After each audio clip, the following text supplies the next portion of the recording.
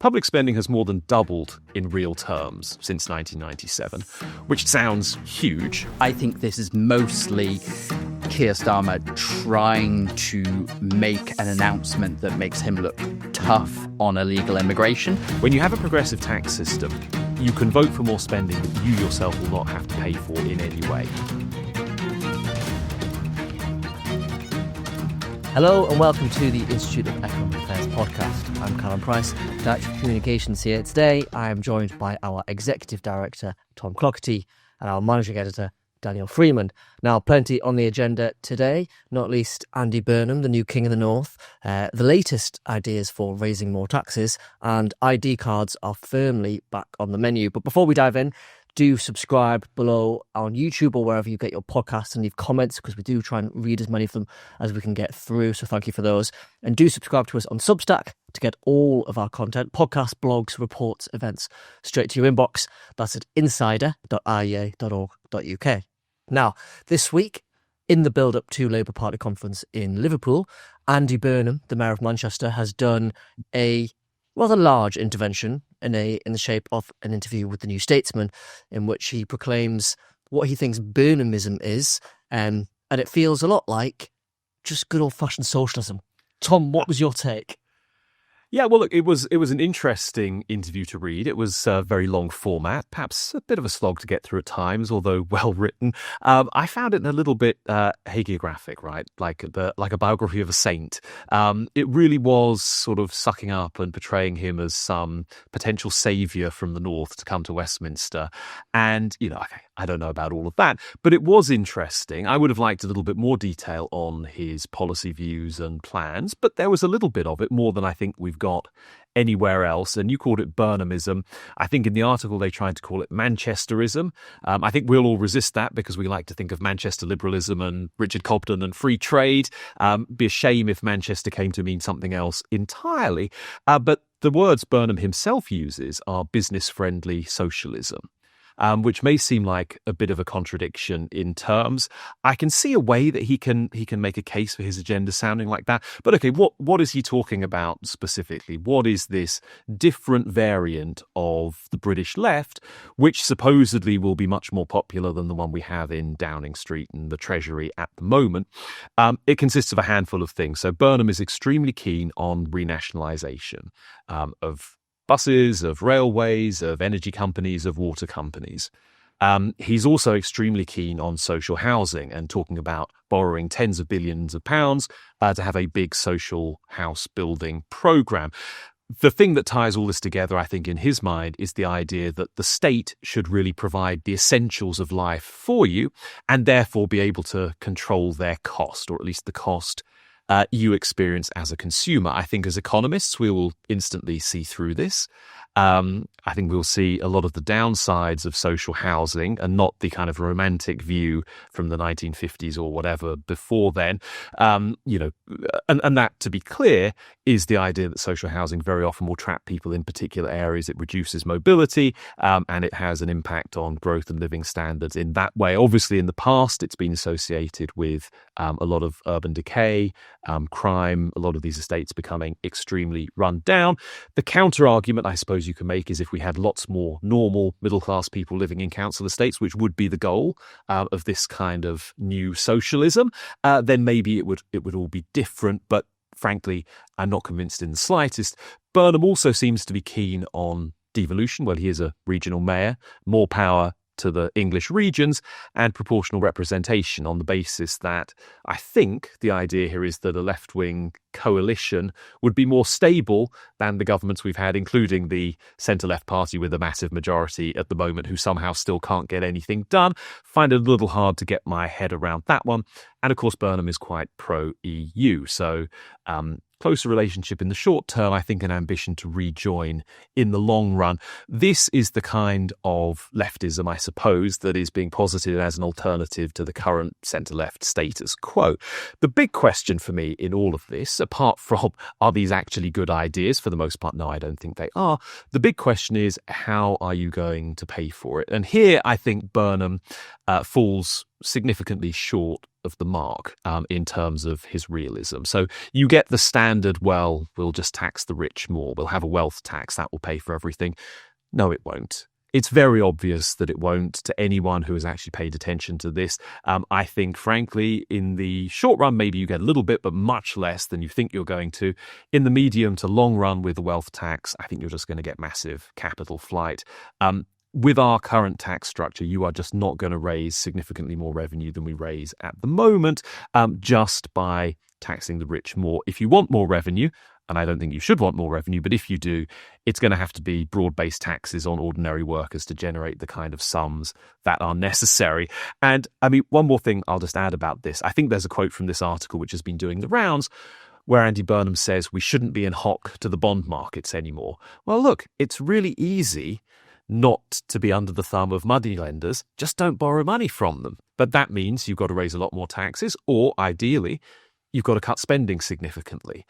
This idea that the bond market is some sort of plot by the globalist WEF or something that will prevent socialism and force us to pursue more right-wing policies is just nonsense. It's simply the result of we've been living beyond our means for a long period of time. And the people that we lend the money to obviously want to know that they are going to be repaid, and they're going to be repaid with interest. If they weren't, they wouldn't lend the money in the first place. So this idea that there's some sort of conspiracy of bond vigilantes or whatever who are out to get, whether it's the left or frankly, whether it was the right under Liz Truss, is nonsense. It's a bit like saying we need to stop this nonsense of me being in hock to the mortgage that I have to pay. Oh, well, quite, yeah. Yeah, we should get out a second mortgage just to prove the mortgage brokers who's boss. Yes, like that. I'm really in charge. Yeah, it's snake oil. What was your take on the interview and on his idea? I mean, yeah, it was very long. A lot of it was about how he really likes going to Goodson Park and football. Now, unlike we agree, it's good to have an Everton fan at the fore. Well, yeah, I feel some of it could have been left on the editorial floor of the New Statesman, but it is what it is. Yeah, the stuff I was most interested in were these little sort of bits of tax policy and this statement on the bond market, which I think has been heavily laid into, including actually by the Prime Minister, Keir Starmer, issued a not even very remotely veiled statement where he was saying, well, if you just say, we should ignore the bond markets, that's basically how you end up with a Liz Truss-like situation where you get a massive panic and borrowing costs go up and up and up. A lot of this seems to be basically really for an internal audience inside the Labour Party. That's why you've got a lot of things in there that kind of hit the right notes for people both in the parliamentary Labour Party and the membership who are kind of discontented with the Starmer project. But it's stuff that I think even Andy Burnham probably realises aren't going to be anywhere near enough to sort of engage in the, £40 billion of spent on new council houses, as he promised, or also the renationalisation of utilities, which will probably run to £100 billion plus. Because he's proposing things like, well, there's always the nod to the wealth tax, which, as we've discussed, is a non-starter, really. But then there's also things like going back to very late Brown era stuff like the 50p tax rate, which was rather than having a 45p rate, which was basically abolished in 2012, 2013, and in large part because it didn't raise very much money. There seems to be something about hitting sort of 50p, 50% of your marginal pay going to the taxman that just really encourages people to either work less, shift more money into their pensions, or just not actually try and pursue sort of really high productivity jobs where you end up getting paid this level. So this obviously has bad effects on the economy, and in the long run it really doesn't raise very much for the Treasury either. Well, what is interesting, and he didn't go into much detail in this one very long interview on exactly where he would stand on where to raise all the money. But would he be? So we've spoken quite a lot on this podcast about the sort of the mistakes made on the left and the right in terms of the sort of fiscal illusions that people subscribe to. And the one on the left is this whole, we could raise the money just by taxing other people. Yeah. It's the whole not taxing working people philosophy. But as you just spoke about, Tom, there is a need. If you want to spend that much money, you've got to raise from somewhere. And if you want to raise that much money, it's got to be risen sort of across the board on big born-based taxes. Now, does seem, just to move on to which moves us nicely on to our next topic, because there just seems to be a bit of a shift in the amount of voices now coming out and saying, actually starting to roll the pitch for a little bit for raising income tax. We've had the Institute of Directors have come out and said it, which is not necessarily the voice that you would first expect would be pro big tax rises, but also the Resolution Foundation have come up with some ideas along these lines. So you may expect it may be a little bit less surprising. But what did you make of the Resolution Foundation's proposal specifically? So I think there are two things here. Now, first of all, yes, you've got the Institute of Directors saying if the government can't deliver spending cuts, then income tax would have to go up. The Institute for Government basically saying tax increases should fall on those with average incomes. I'm sure they said some other things as well, but that was a quote I saw in the newspaper.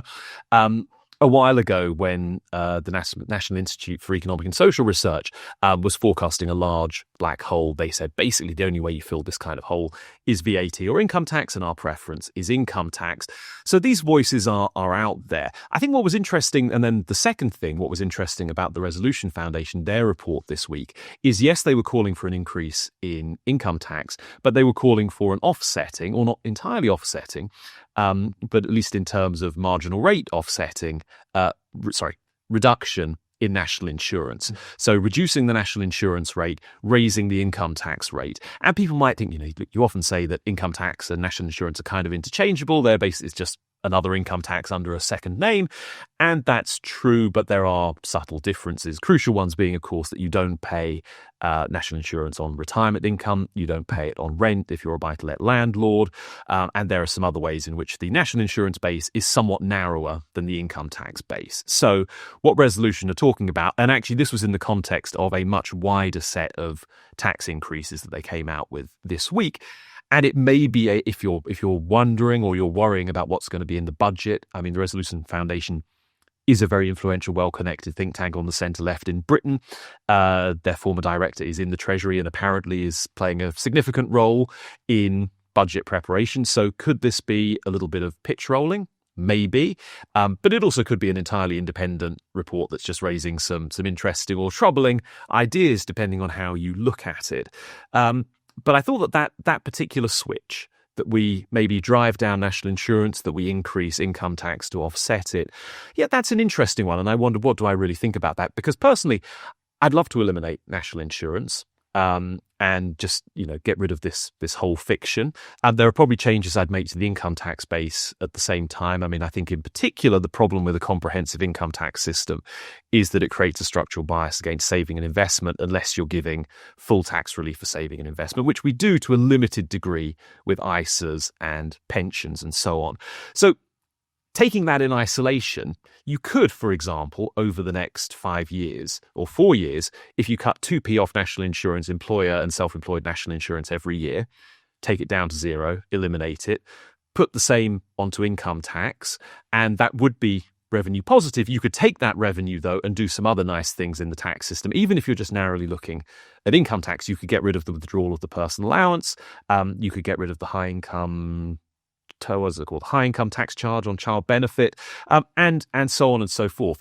I think this might be a way, an elegant way, of effectively not raising the marginal rate on people who are working and providing a little bit of revenue to get rid of all of the big spikes in marginal rates that we have for peculiar reasons at the moment.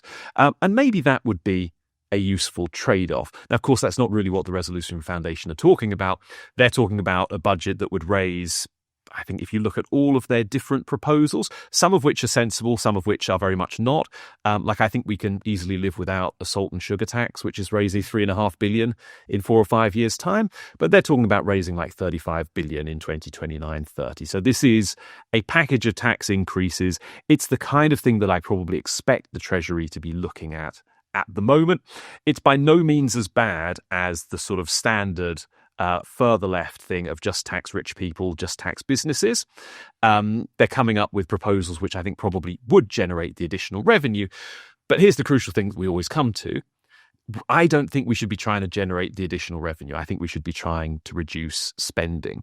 And I was just doing some interesting analysis for a forthcoming paper earlier this week, and just looking at the kind of the long sweep of tax and spend in the UK, and sort of going all the way back to 1997, and where public spending really started to be ramped up. Now, public spending has more than doubled in real terms since 1997, which sounds huge. Although if you turn that into an annualized rate, it basically just means that public spending has gone up by 2.5% a year in real terms over that period.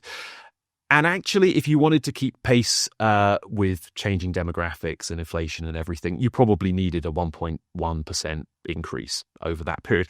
But it's that gap between how much public spending has risen and how much it had to rise to keep pace with population change, that's where our fiscal gap has come from. That's the real problem. And now it's obviously very difficult to reverse all of that overnight, but I don't think we should fall into the trap of thinking that current levels of public spending are inevitable and unchangeable. And I think there is certainly a path for a significant public spending restraint, trying to put us back on what I think would have been a more realistic path from 97 or 2000, wherever you want to draw the line there. And we get back to that over a few years, while also pursuing measures that will try and push up the growth rate on the regulatory side of the economy. I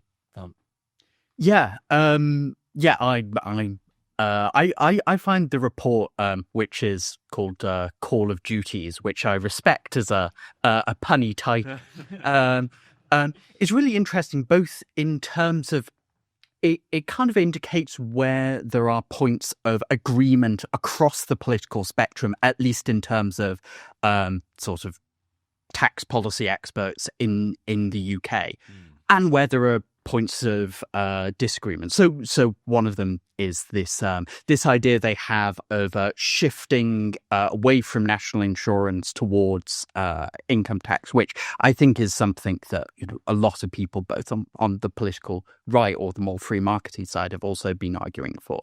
It's interesting that their proposal is to, I think, take 2% off the rate of national insurance and put that onto income tax, which they estimate raises about £6 billion.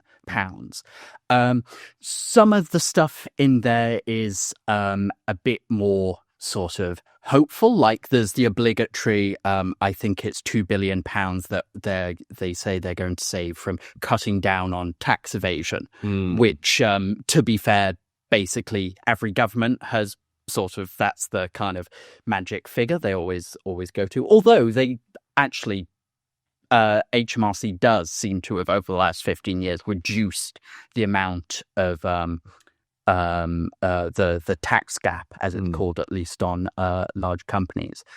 I mean, there is some stuff in there that is actually making the tax system in some ways worse and more distorted. So, and most of these relate to things like other government missions. So they've got the sugar and salt tax, which is relating to health. And then you've also got some slightly weird proposals to reduce VAT for on electricity used for cars in forecourts. So if you're charging your car in at an like a private charging station, you're now charged 20% VAT on that electricity, and saying that the Resolution Foundation are simultaneously suggesting that we do need to increase taxes on electronic vehicles because that's going to be a massive gap as more people adopt them, but then also saying, oh, we need to cut the rate of VAT for electricity to them, which didn't seem to align very clearly. But I think there's another sort of overarching problem with the Resolution Foundation's approach, which is that they've got an awful lot of what they wanted over the last 15 years and just can't really mention it. So one of the things that has happened to the British tax system since, for 15 to 20 years is that it's got a lot more progressive. Like Dan Needle was who the resolution actually had in for their launch event, has made this point repeatedly. And it's something that the Resolution Foundation were pushing for throughout the last decade and a half, that we need to sort of cut rates on low earners and middle earners. But that ends up in a position where you've got an incredibly top-heavy tax system that has lots of these cliff edges particularly at about the £100,000 mark, which have big disincentives for people to work more, which has serious issues for both tax revenue and productivity. And they don't really seem to want to address that. In fact, in some ways, they want to make it worse by reducing relief for salary sacrifice and pension contributions. So I think that there's an interesting thing here about progressive tax systems. And I was talking to Grover Norquist, who's sort of considered one of the architects of the American conservative movement, at least pre-Trump, and the founding president of Americans for Tax Reform. That's going to be a forthcoming IEA podcast. And he was talking about this big move towards flat taxes and then income tax elimination secondarily at the state level in the US. And the argument he was making, I think, was a very powerful one about flat taxes. The great thing about them is if you want more spending, the tax rate has to go up and everybody has to pay more. If you're prepared to accept less spending, that tax rate can come down. Maybe you can even eliminate your state income tax. This is probably not a situation that we're likely to be in the UK. But over there, that's a sort of reasonable expectation. It changes the incentives. When you have a progressive tax system, you can vote for more spending that you yourself will not have to pay for in any way. Someone else will foot the bill. And so I think you do get this ratchet effect where the more progressive a tax system becomes, the more misaligned the democratic incentives around fiscal policy are. And so the more and more you spend. And, I was just talking about that spending analysis over the last 25 years or whatever that I was doing. And look, I think if you're skeptical of state spending and you want to reduce it, you have to also confront the fact that public satisfaction with the public services peaked in about 2010. So after basically a full decade of quite rapid increases in public spending, above what you needed to keep up with inflation, above what you needed to keep up with demographic change, that's when people were most content with the National Health Service and so on. And, maybe you have to say that, peak satisfaction is not the optimal thing that you're aiming for. Because actually it's not just all about the spending side. There is a trade-off, or there should be a trade-off with tax policy. And if people want to pay lower taxes, then I think they have to accept that there will be lower levels of public spending. If they want higher levels of public spending, and that's their priority, then they have to accept that they are going to pay more tax. And I think if that was the situation, if you had a tax system which was structured that way, you could have a much more rational argument about these things. As it is, and to tie it back to our previous topic, you can have just people just say, well, tax the rich. If we just put a 2% tax on the wealth of centimillionaires, well, then there's oodles of cash we can splash on everything that the ordinary working people want. And just by the way, last week we talked about France as a potential window into our future. And I did notice that, again, the basically what we would think of as the Gary Stevenson tax or the Oxfam wealth tax. In France, it's the Zuckman tax after the French economist that has written a lot about it. And it is really kind of rising up the political agenda there as well, with the socialists, who I think Macron's government or his party in parliament are kind of relying on to prop them up, insisting we must have a wealth tax, we must have a wealth tax. So again, we can see if they do it and how badly wrong it goes if they do. But as I say, I think there's just something interesting about this tax structure, which I'm not going to put all the blame on the Resolution Foundation. You had a Conservative government that bought this line for years, that it was all about distribution and the more progressive something was, the better. But there is a big dark side to that. And I think it is ultimately at the root of this fiscal unreality that we have in Britain at the moment. And it doesn't seem like there's anybody who sort of in the political arena at the moment who is standing up and actually saying this is the problem. This sort of you revert back to Burnham, but also on the right, Reform and the Tories. Everybody to a degree is taking part in this sort of facade that you can just sort of have it both ways. Exactly. But moving on to our final topic before we run out of time, ID cards are back on the agenda. This really new, shiny idea that no one's ever thought about before.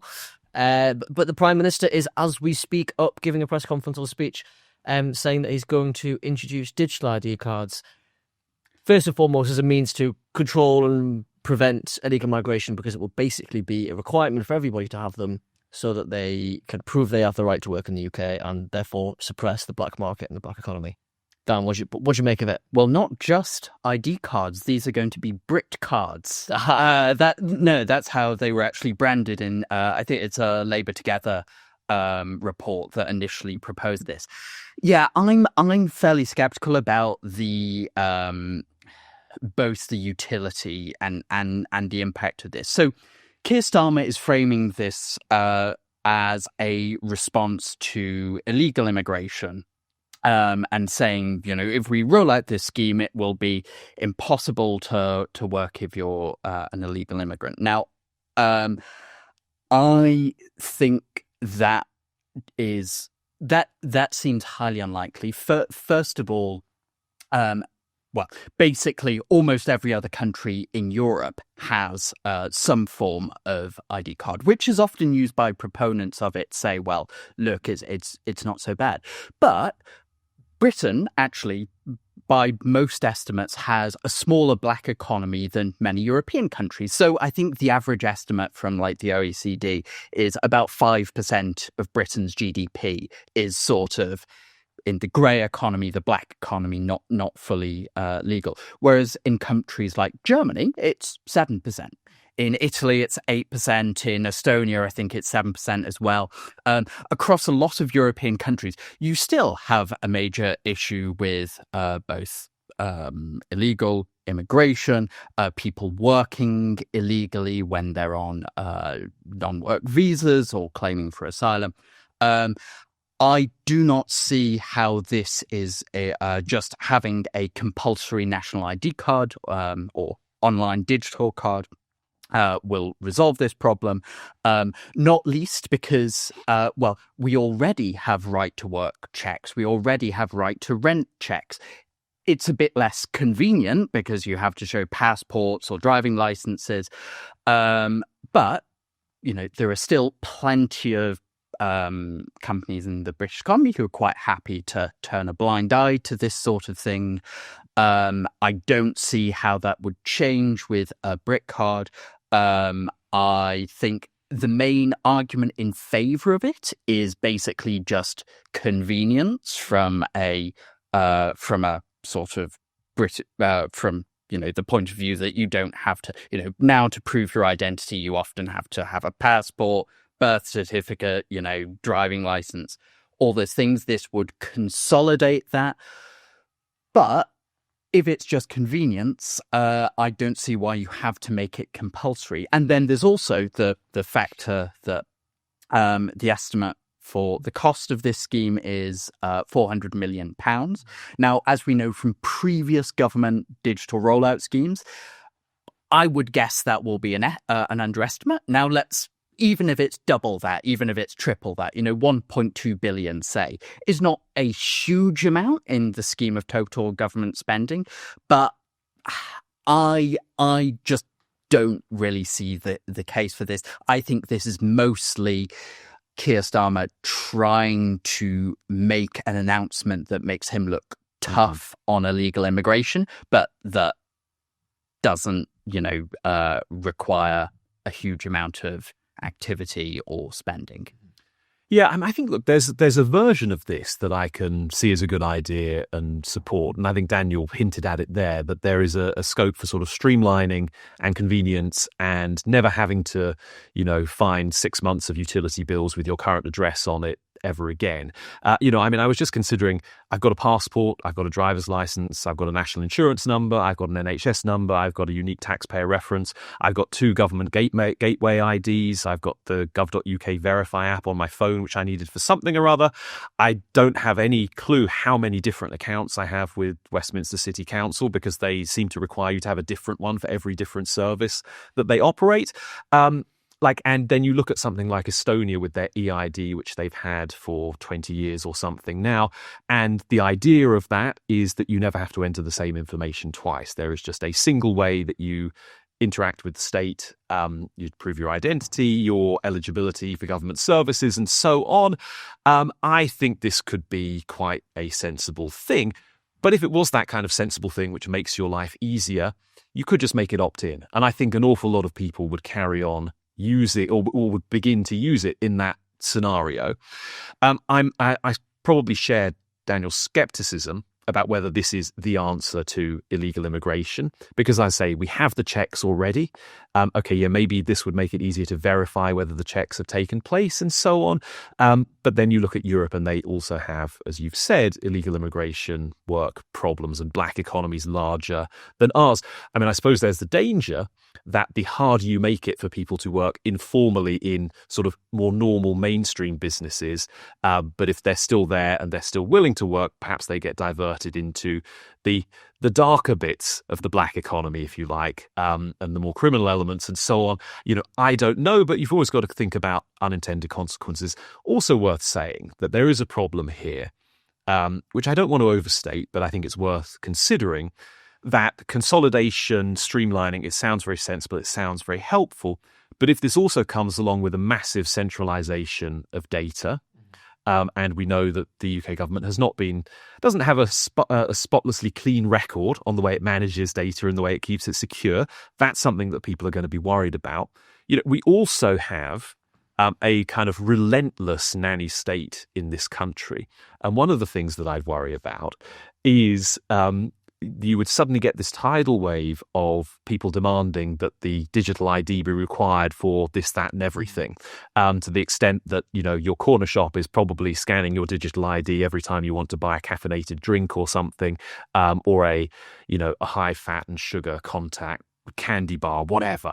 Now, you can have all of those fights individually and try and prevent that, and maybe that is the right way to go about it. But I think that digital ID would raise those potential dangers. So, to sum up my position, I'm not against it if it's done the right way with appropriate safeguards. And I think actually, if you do it the way I want it to be done, people would probably opt in because they would see it as something that was helpful.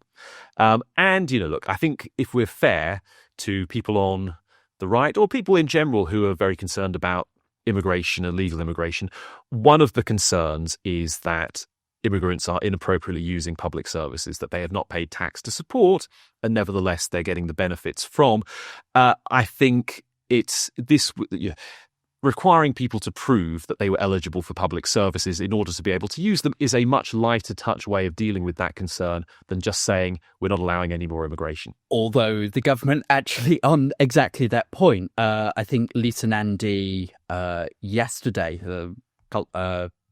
Secretary of State for Culture, Media and Sport, said actually that this card will not be needed to access benefits or the NHS.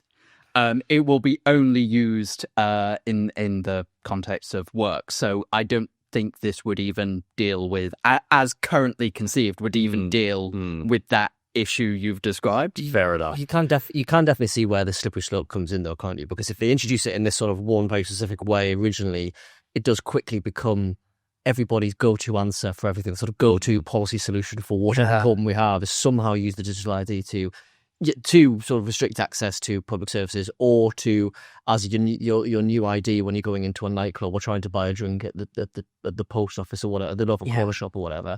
And suddenly the scope and scale of the thing gets bigger and bigger, and that's the point that my sort of the classical liberal in me is I think my one bit of skepticism there is I don't really buy the argument that in order to protect liberty we should just make every interaction with the state as painful as possible. There are a lot of people who say that and say the American tax system is great because it's such a nightmare to deal with. It makes people more anti-tax. I kind of see that, but for me that's sort of an argument for anarcho-capitalism or something. If we accept a state, let's try and make it as easy as possible to deal with for individuals and for businesses.